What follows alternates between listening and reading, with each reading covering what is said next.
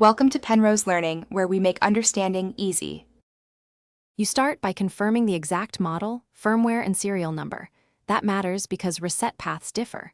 Once you have that, make sure the camera is powered and on the same LAN as your PC, then run the SAD or equivalent discovery tool to find the device IP and serial. Export the device file or note the serial now.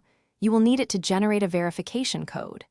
Make sure you can access the camera's web interface before proceeding. You'll export the verification file from SAD or click the camera's Forgot Password flow to produce a verification code. This file or code proves device ownership. Next, use the manufacturer's reset portal or contact their support, provide the serial and verification code, and receive a reset key or temporary password. Once you have it, log into the web interface, apply the reset key, and immediately set a new admin password that meets complexity. Length, letters, numbers, and symbols to avoid future lockout.